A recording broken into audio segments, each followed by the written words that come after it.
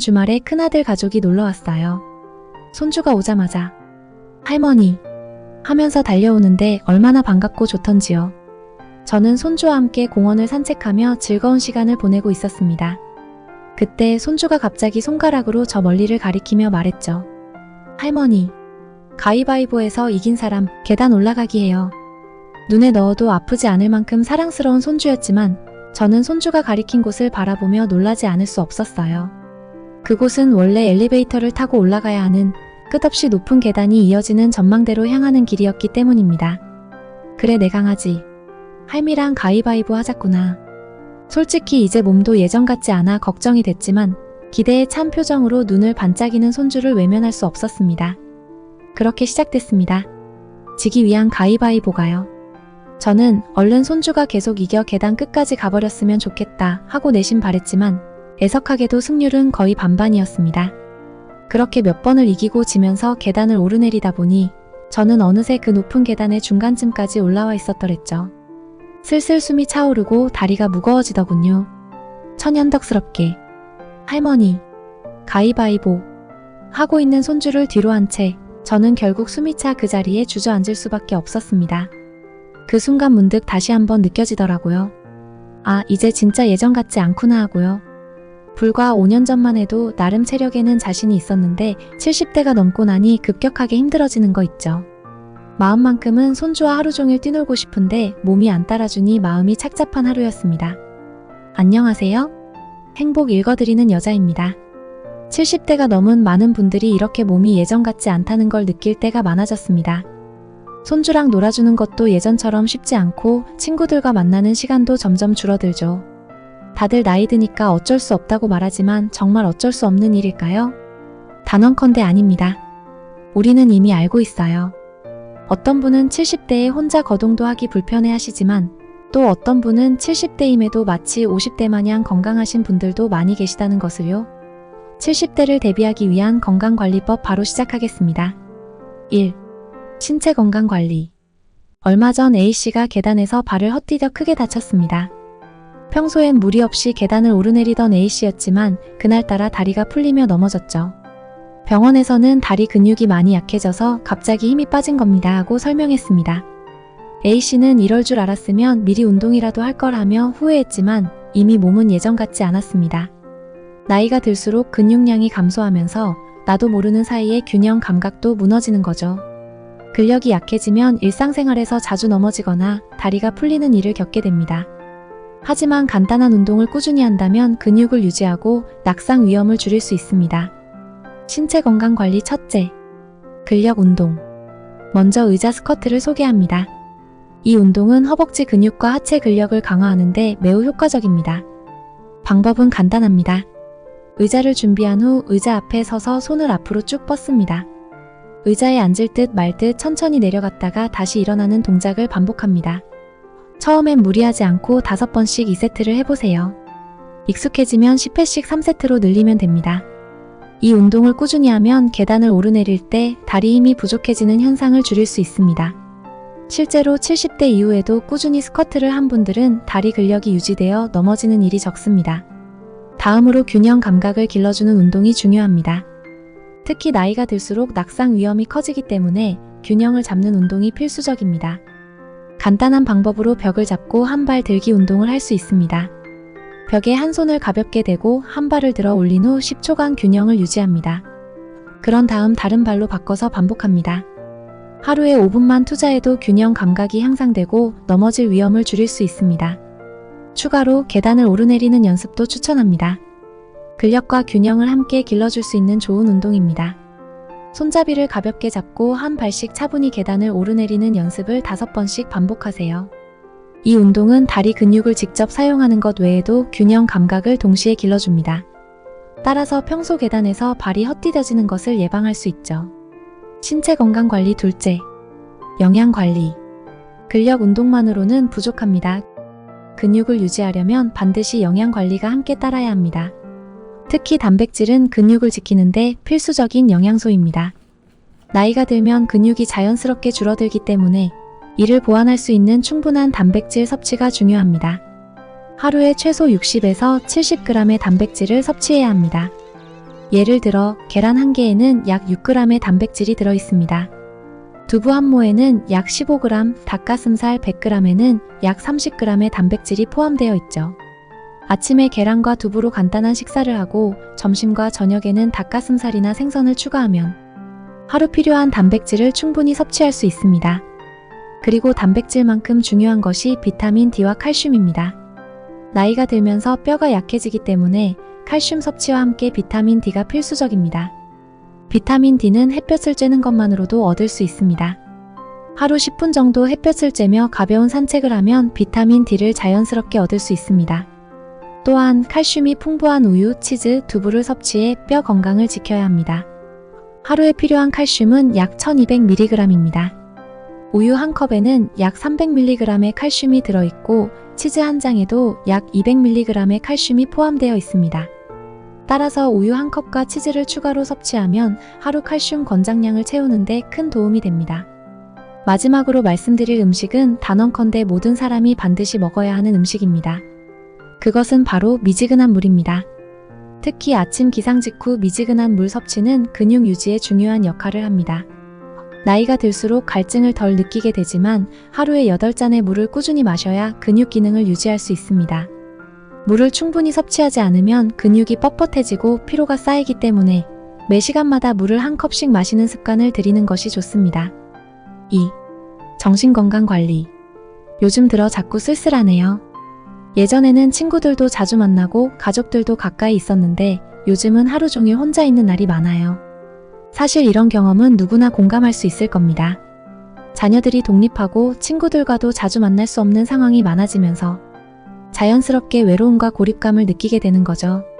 이러한 외로움은 단순한 감정적 변화가 아니라 정신적, 신체적으로도 영향을 미칠 수 있습니다. 우리는 노후의 이런 심리적 변화를 이해하고 미리 관리하는 것이 중요하겠습니다. 정신건강관리 첫째, 노년기의 심리적 변화 이해하기. 혹시 요즘 들어 예전처럼 기운이 나질 않는다거나 아무런 의욕이 생기지 않는다는 느낌을 받으신 적이 있나요? 만약 그렇다면 심리적으로 외로움이나 우울감을 느끼고 있을 가능성이 큽니다. 실제로 많은 분들이 이러한 변화를 느끼지만 미처 스스로 알아채지 못하는 경우가 많죠. 70대 이후 많은 분들이 경험하는 가장 큰 변화 중 하나는 외로움입니다. 은퇴 이후로 사회적 역할이 줄어들고 주위 사람들과의 물리적 거리나 시간적 거리도 점점 벌어지죠. 가까운 친구가 이사가거나 자녀들이 독립하면서 홀로 보내는 시간이 많아지기도 합니다. 이런 환경의 변화는 자연스럽게 정신적인 위축으로 이어질 수 있습니다. 이렇게 혼자 있는 시간이 늘어나면 고립감이 커지고 우울감을 느끼는 경우도 많아집니다. 실제로 연구에 따르면 사회적 고립은 우울증과 불안증을 유발할 수 있으며 신체적 건강에도 부정적인 영향을 미칠 수 있다고 합니다. 중요한 것은 이러한 감정 변화를 느꼈을 때 이를 방치하지 않고 어떻게 잘 극복할 수 있을지 고민하는 겁니다. 정신건강관리 둘째, 사회적 연결을 유지하기. 외로움과 고립감에서 벗어나는 방법 중 하나는 사회적 연결을 유지하는 것입니다. 생각보다 우리 주변엔 노인들끼리의 사회망이 잘 갖추어져 있습니다. 지역에서 운영하는 실버 프로그램이나 취미 모임에 참여하면 자연스럽게 다른 사람들과의 관계를 회복할 수 있고요. 노년층 커뮤니티가 있다면 참여하는 것도 좋은 방법입니다. 혹시 스마트폰 사용이 익숙하지 않으신가요? 자녀나 친구들과 연락을 주고받는 방법을 배우는 것도 고립감을 줄이는 데 큰 도움이 됩니다. 카카오톡이나 영상통화로 손주들과 이야기를 나누거나 친구들과 가벼운 인사를 나누는 것만으로도 외로움을 덜 수 있습니다. 처음에는 어려울지 모르지만 스마트폰을 배우고 사용하는 것은 디지털 시대에서 소통을 유지하는 중요한 방법입니다. 또한 주변 사람들과의 교류뿐만 아니라 자신이 가진 경험과 지식을 바탕으로 봉사활동을 하는 것도 외로움을 줄이는 좋은 방법입니다. 예를 들어 지역 아동 돌봄 봉사나 무료 교육 봉사를 통해 자신의 시간을 의미 있게 쓰고 사회에 기여할 수 있습니다. 봉사활동을 통해 자신의 존재감을 재발견하고 동시에 다른 사람들과의 교류를 이어갈 수 있습니다. 정신건강관리 셋째, 생활습관 개선하기. 생활습관을 개선하는 것 또한 정서적 건강을 지키기 위해 중요합니다. 매일 간단한 명상을 통해 마음을 차분하게 가라앉히고 하루를 시작하는 것은 큰 도움이 됩니다. 명상이나 호흡법은 어렵지 않습니다. 아침에 일어나서 5분간 눈을 감고 천천히 깊은 숨을 들이마신 후 내쉬는 것만으로도 심리적으로 안정감을 찾을 수 있습니다. 하루에 5분만 투자해보세요. 또한 신체 활동도 정신 건강에 중요합니다. 매일 아침이나 저녁에 가볍게 산책을 하거나 집안일을 조금씩 하면서 몸을 움직이는 습관을 들이면 정신적으로도 활력이 생기고 스트레스를 줄일 수 있습니다. 가벼운 운동만으로도 마음이 한결 가벼워질 수 있습니다.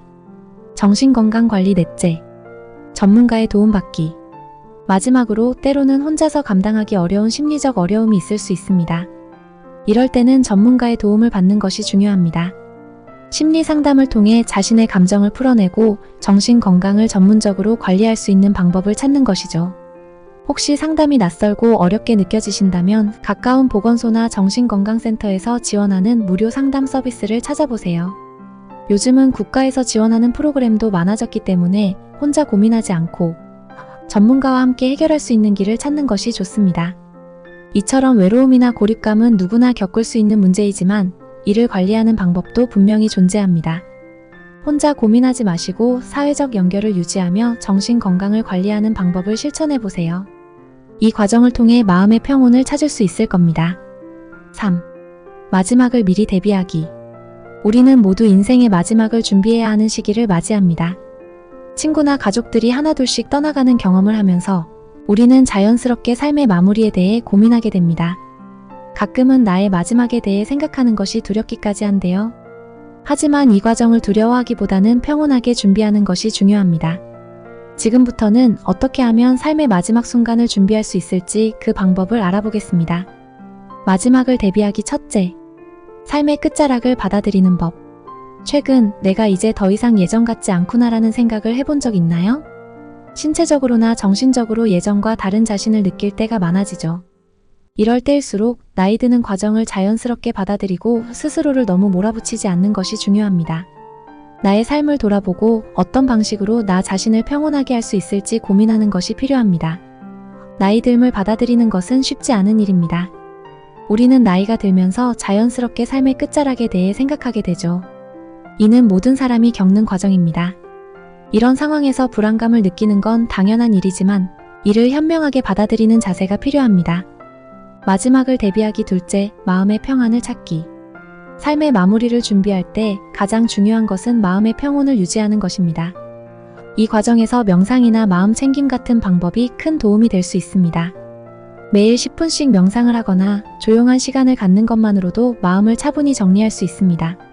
숨을 천천히 들이쉬고 내쉬며 나 자신을 돌아보는 시간을 가지면 인생의 변화를 받아들이는 데 도움이 됩니다.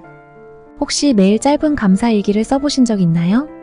하루를 마무리하며 작은 감사의 순간들을 적어보는 것도 마음의 평안을 찾는 데 큰 도움이 됩니다.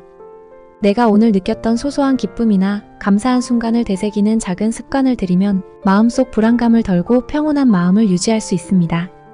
3. 관계의 정리와 마지막 인사. 삶의 마지막 순간이 다가올수록 가족과 친구들과의 관계 정리도 중요합니다. 평소에 서로 마음을 나누지 못했던 가족이나 오랜 친구에게 미처 전하지 못한 이야기가 있을 수 있습니다. 이제는 그 관계를 다시 돌아보고 내 마음을 솔직하게 전할 기회를 가져보는 게 어떨까요? 사람들이 떠난 후에는 기회가 없기 때문에 서로에 대한 마음을 미리 전하고 사랑과 감사를 나누는 것이 중요합니다. 자녀나 친구들과의 시간을 소중히 여기고 작은 대화를 통해 서로의 마음을 나누는 것이 삶의 끝자락을 더 평온하게 맞이하는 방법입니다. 이 과정에서 미안함이나 후회가 있다면 이제는 그것을 풀어가는 시간으로 삼을 수 있습니다. 4. 유산과 삶의 흔적 남기기. 마지막으로 삶의 마지막을 현실적으로 준비하는 과정도 필요합니다. 예를 들어 유언장 작성이나 나의 뜻을 가족들에게 미리 알리는 것도 중요합니다. 이를 통해 내가 원하는 방식으로 삶의 마지막을 맞이할 수 있도록 할 수 있습니다. 또한 가족들과의 대화를 통해 나의 뜻을 미리 알려두면 가족들이 더 편안하게 그 순간을 맞이할 수 있습니다. 갑작스러운 상황에서 혼란스러울 수 있기 때문에 나의 의사나 계획을 미리 이야기해두면 좋습니다. 삶을 정리할 때는 내가 떠나고 난 후 사람들이 나를 기억할 수 있도록 나의 흔적을 남기는 것도 중요한 부분입니다. 물질적인 유산도 있지만 그것만이 다가 아닙니다. 가족이나 친구들에게 나의 추억을 남기거나 지혜를 전달하는 것도 훌륭한 유산입니다. 혹시 손편지를 써보신 적 있으신가요? 자녀나 손주들에게 짧은 메시지를 남기는 것만으로도 나의 사랑과 마음을 전할 수 있습니다. 사진 앨범을 정리하거나 내가 남기고 싶은 가치나 철학을 전하는 것도 삶의 마지막을 준비하는 좋은 방법입니다. 이 작은 노력들이 사랑하는 사람들에게 오래 기억될 소중한 흔적이 될 것입니다. 오늘 우리는 신체적 건강, 정신적 건강, 그리고 삶의 마지막을 어떻게 준비할 수 있을지에 대해 이야기 나눴습니다. 70대 이후에 겪는 변화는 누구에게나 자연스러운 과정입니다. 하지만 그 변화를 어떻게 받아들이고 관리하느냐에 따라 우리의 삶은 완전히 달라질 수 있습니다. 이제 그저 나이 드는 것을 받아들이기만 하는 대신 건강한 노년을 위한 작은 실천을 시작해보세요.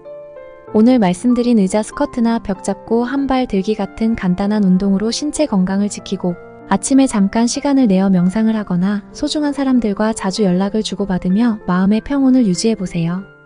사랑하는 가족과 미리 나눌 수 있는 이야기를 나누고 나의 흔적을 남기는 시간을 가지며 삶의 마지막 순간을 미리 대비하는 것도 중요합니다. 이렇게만 한다면 후회 없이 늘 준비된 마음으로 살아가는 노후를 맞이하실 수 있을 것입니다. 여러분의 삶은 그 어느 때보다도 지금이 소중합니다. 그리고 이 소중한 노년을 건강하고 행복하게 보내려면 지금부터 준비해야 함을 명심하시기 바랍니다. 부디 오늘의 작은 실천들이 여러분의 인생을 더욱 풍요롭게 만들어주길 바랍니다. 지금까지 행복 읽어주는 여자였습니다. 구독과 좋아요, 알림 설정은 더 나은 영상을 제작하는 데 큰 도움이 됩니다. 다음 시간에는 더 많은 지혜와 도움되는 이야기로 찾아뵙겠습니다. 함께 건강하고 평온한 나날을 만들어가요. 들어주셔서 감사합니다. 늘 건강하시길 바랄게요.